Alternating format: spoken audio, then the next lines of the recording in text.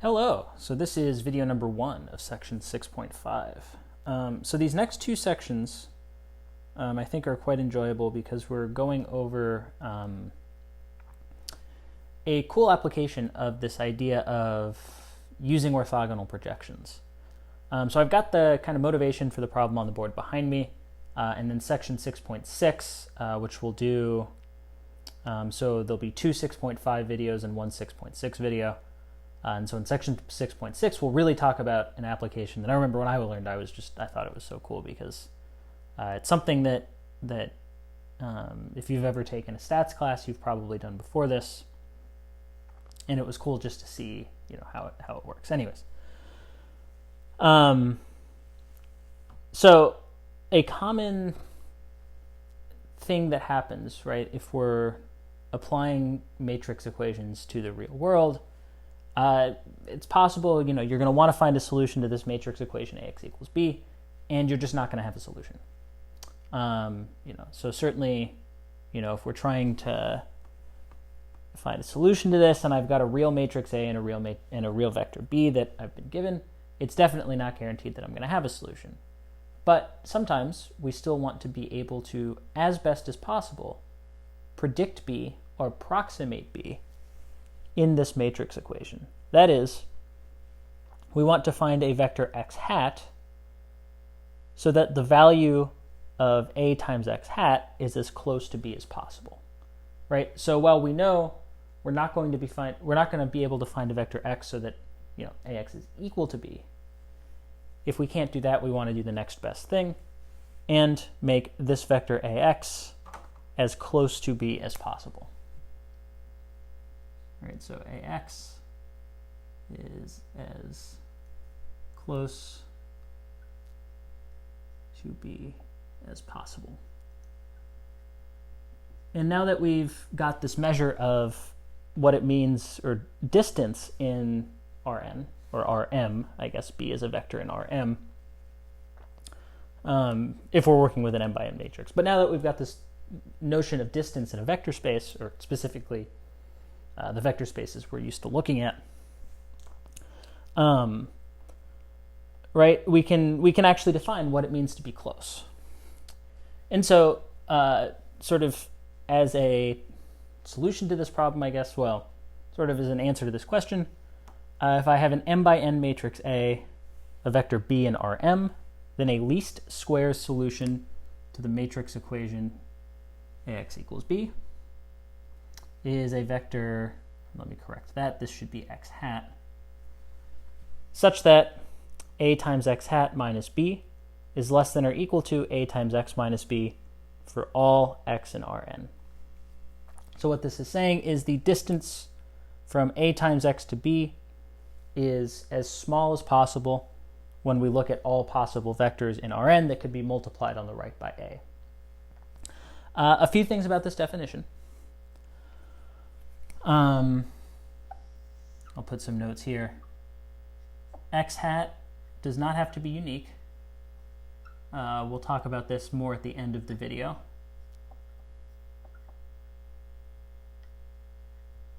Notice that this word instead of the implies that we could potentially have multiple vectors which satisfy this property. Also, this less than or equals to means that, again, like I could find another vector where these two are equal. The point is just that there's nothing that's going to be strictly less than this. And so, again, there might be multiple ways to achieve a least squares solution to this matrix equation. But also, and I'll talk about this after writing the note, this is actually valid if ax equals b has a solution. So why is that? Well, in that case, the least squares solution is just the vector x such that A times x equals b, and the value of this is equal to 0, right? And we know that the distance between two vectors can never be negative, so this definition is then satisfied if we find a vector such that ax equals b. So it's also sort of, I guess, in this definition, it's built in that, this doesn't have to be inconsistent, But generally, we're never going to be talking about this unless it is inconsistent. But just know that you might go to find a least squares solution and discover, oh, there's actually a solution. And then it's still technically a least squares solution. So, how do we find a least squares solution? Now, in light of the previous chapters, or the previous sections in this chapter, it's possible you're saying, well, why not find the orthogonal projection of B into the column space of A? And that's what we're going to do, but with a few notes. So recall that column space of A is a subspace of Rm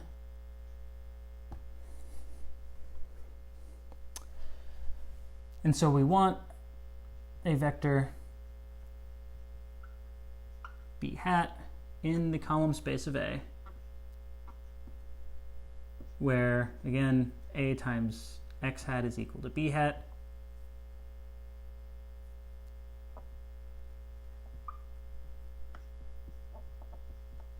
So that B hat minus B is as small as possible.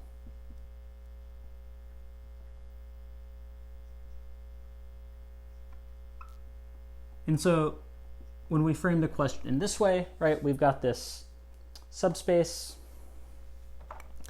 of Rm. We've got a vector that is potentially not in Rm in B, or sorry, not in the subspace. We've got a vector that is in Rm, but not in the column space of A. That is small as possible. And so, the sort of solution to this question of what is this vector B hat is, well, B hat should be the orthogonal projection of B onto the column space of A, right? And we've seen how to calculate this. All we need is an orthogonal basis for the column space of A.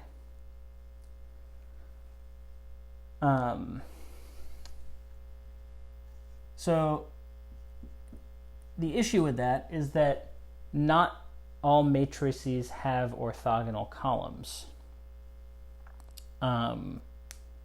Right, so in general, we might not immediately have the column vectors necessary to find this. So if A doesn't already have orthogonal columns,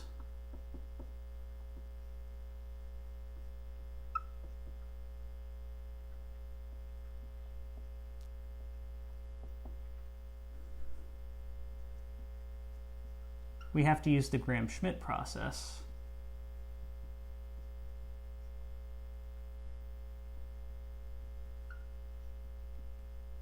to find an orthogonal basis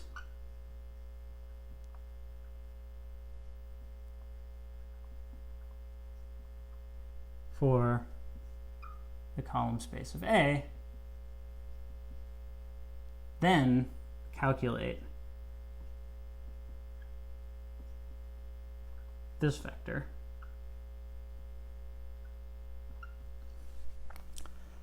Or do we?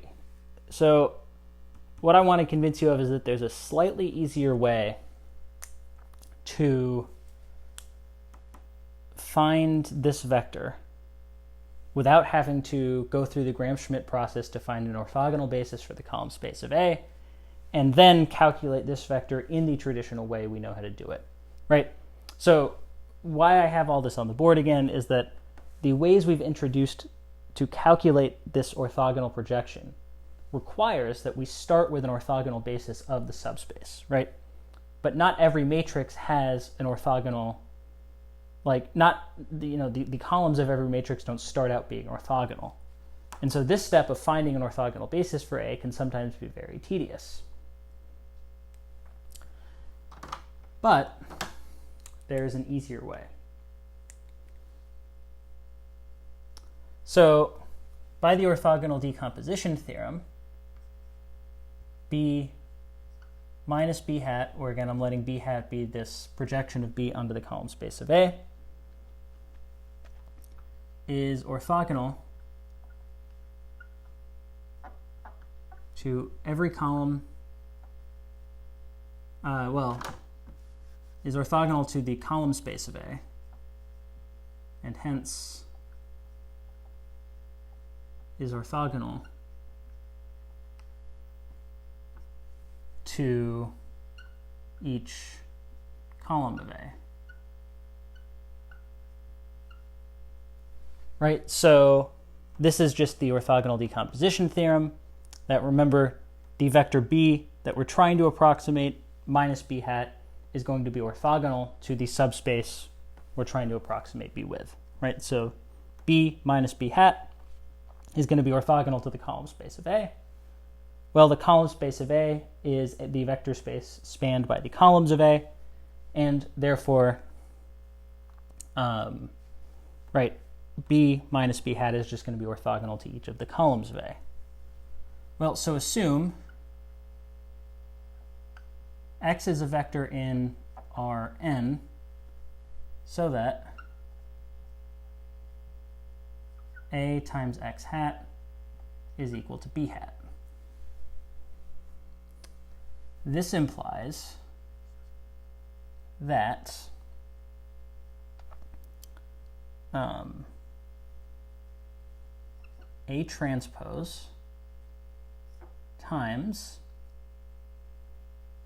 B minus A times X hat, which is equal to A transpose times B minus B hat is equal to the 0 vector. Now, why is that? Well, remember, B minus B hat is orthogonal to each column of A. The rows of A transpose are just the columns of A. And so if you think about what we're doing when we multiply A transpose times this vector, right? Doing the matrix multiplication dance, remember each entry of this product is equal to the dot product of a row of A transpose and this vector. But each row of A transpose is a column of A, and so every single entry in A transpose times B minus B hat is going to equal 0.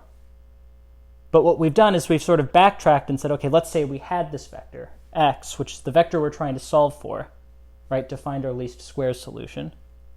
Let's say we had this vector x that was equal to B hat. Now we know that x, if it is a least squares solution, must satisfy A transpose times B minus A times x is equal to 0. Well, so this means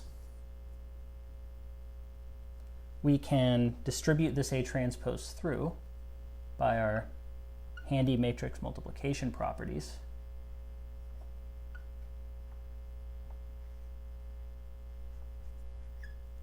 And this means that if x is a least squares solution to what was previously an inconsistent matrix equation,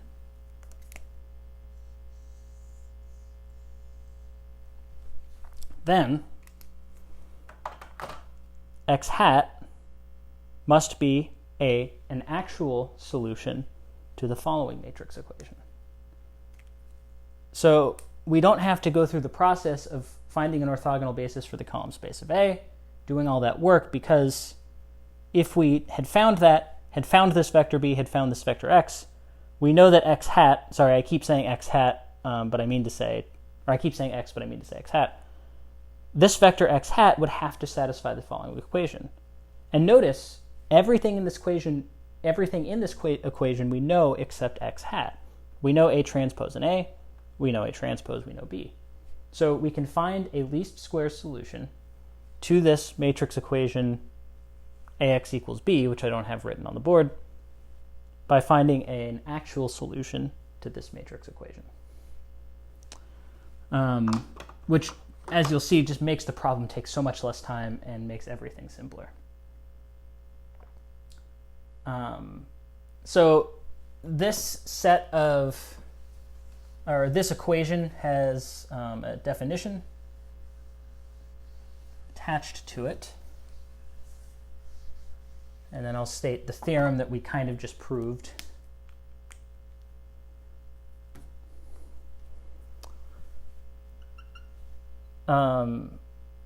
So as I said, this equation will always have a valid solution, and so the system of equations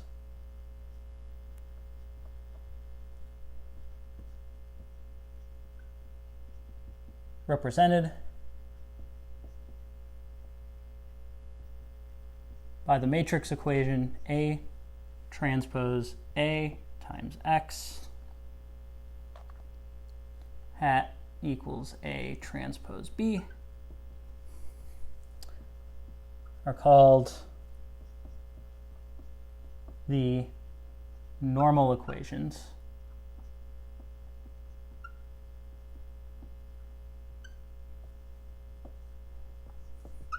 for AX equals B.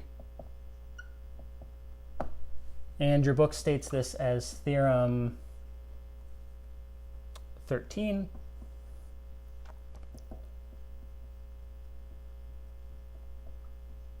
The set of solutions to the normal equations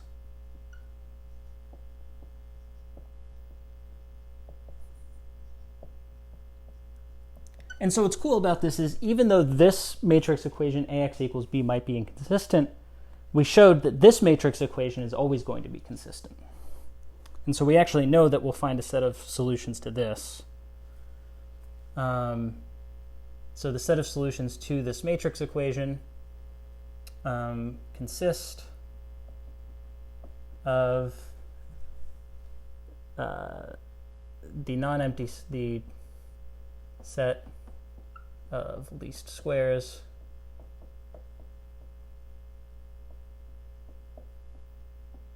solutions to AX equals B. So if we want to find the set of least squares solutions to the matrix equation AX equals B, we can just use this process. So this will work also, I will say, anytime we have a matrix, any matrix, whether or not the columns of that matrix are orthogonal. Sometimes this is easier. Sometimes if the columns are already orthogonal, it might just be easier to calculate things as normal. But anyways, I just want to look at one example of how we might apply this. And if you notice something funny about the example I chose,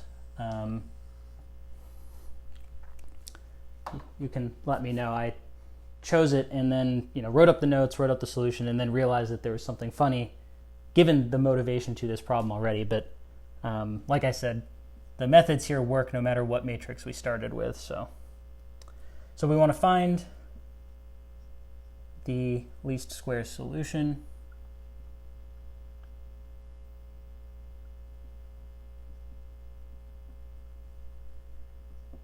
to, or actually I'm going to say find a least squares solution because we don't know that it's unique yet, to AX equals B if A is equal to the matrix 1, negative 1, 1, 2, 4, 2, and B is the vector 3, negative 1, 5. So what do we want to do? Remember, we actually want to solve A transpose A times X hat is equal to A transpose times B. I'll probably, looks like the blue marker is running out, so I'll just stick with the black marker. So in order to do this, we need to calculate a couple things. We need to calculate A transpose times A, which is equal to the matrix 1, negative 1, 1, 2, 4, 2, times 1, negative 1, 1, 2, 4, 2. So this matrix, 1, negative 1 times, or 1, negative 1 matched up with 1, negative 1, 1 is 3. 1, negative 1, 1 matched up with 2, 4, 2 is 0. 2, 4, 2 matched up with 1, negative 1, 1 is 0. 2, 4, 2 matched up with itself is 24. Yes. All right. And so then we want to calculate A transpose times B, which is equal to 1, negative 1, 1, 2, 4, 2 times 3, negative 1, 5. And this should be a vector of length 2, whose entries are 9, 12.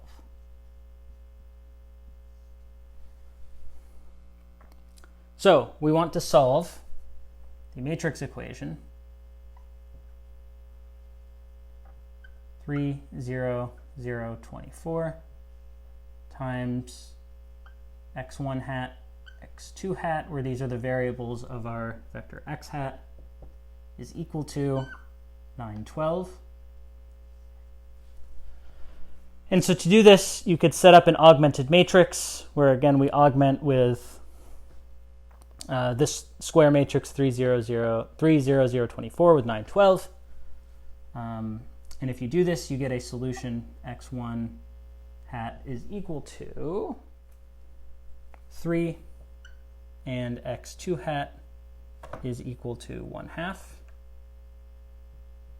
And so this implies that our least squares solution to this matrix equation is 3, 1/2. So how do we interpret this solution? So notice here a few things to be careful with definition-wise. The least squares solution to this matrix equation is the vector x so that A times x is as close to B as possible, right? If we want the actual vector B hat, then we have to calculate 1, negative 1, 1, 2, 4, 2 times the vector 3, 1/2. And so this should be a vector of length 3. It didn't do this beforehand, but so this is 3 plus 1 is 4. Negative 3 plus 2 is negative 1. And 3 plus 1 is 4. Right, so this is the vector x that is the least squares solution to this equation, right? That is the vector x hat such that A times x hat gives us the vector B hat, which is the vector in the column space of A, as close to B as possible. All right, so a couple things I want to wrap up with, and then we will be done with this video. So remember, the whole time I've been saying that there isn't necessarily a single least squares solution to any matrix equation. That, again, because we sort of set up this equation A transpose times A times x hat is equal to A transpose times B, we're not always going to be guaranteed that there's a unique solution to that equation. And so this next theorem will give us the conditions when we do have a unique theorem, or when we do have a unique solution. I probably won't prove this. I think your book has like a few exercises that outline the proof of this if you want to see. But I found most of these to be, I guess, intuitive enough that, time-wise, I thought it'd be good just to state it. So if I've got an m by n matrix A, let A be an m by n matrix, then the following statements are equivalent, or logically equivalent. And so this means that if one of these statements is true, then they're all true.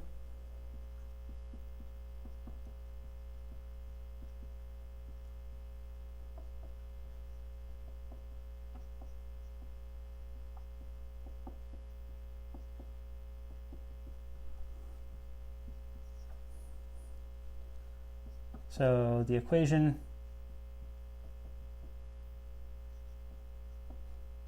ax equals b has a unique least squares solution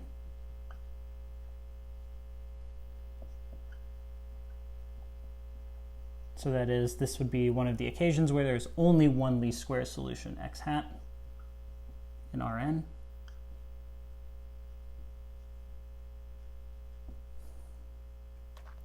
Well, one of the ways to verify this, if the columns of A are linearly independent,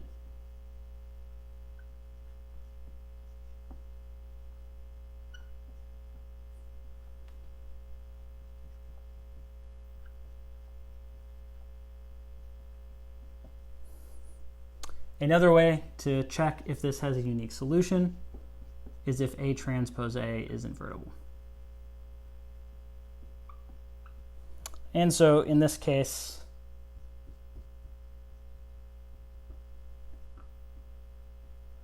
the unique least squares solution x hat is equal to A transpose times A inverse times A transpose times B. And so notice that this is just a rearranging of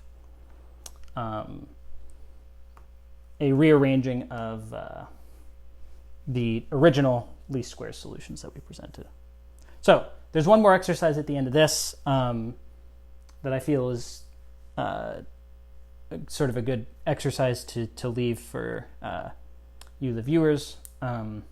It's basically just taking the least squares solution that we had just found and verifying that it's unique. You can do it actually with either 2 or 3. We calculated both A transpose A, and it's fairly quick to sort of point out that the columns of A in that previous example that I just showed were linearly independent. Actually, I guess I could say the columns of A were 1, negative 1, 1, 2, 4, 2. Right, so this was the matrix we used in the previous equation. And so notice these columns are not scalar multiples of each other, so that's enough to say they're linearly independent, which would be enough to say that the least squares solution we found in the previous problem was unique. So that wraps up video number 1 of this section. Next video, we'll look at this a little more and kind of more ways to find least squares solutions that maybe make it easier in some cases.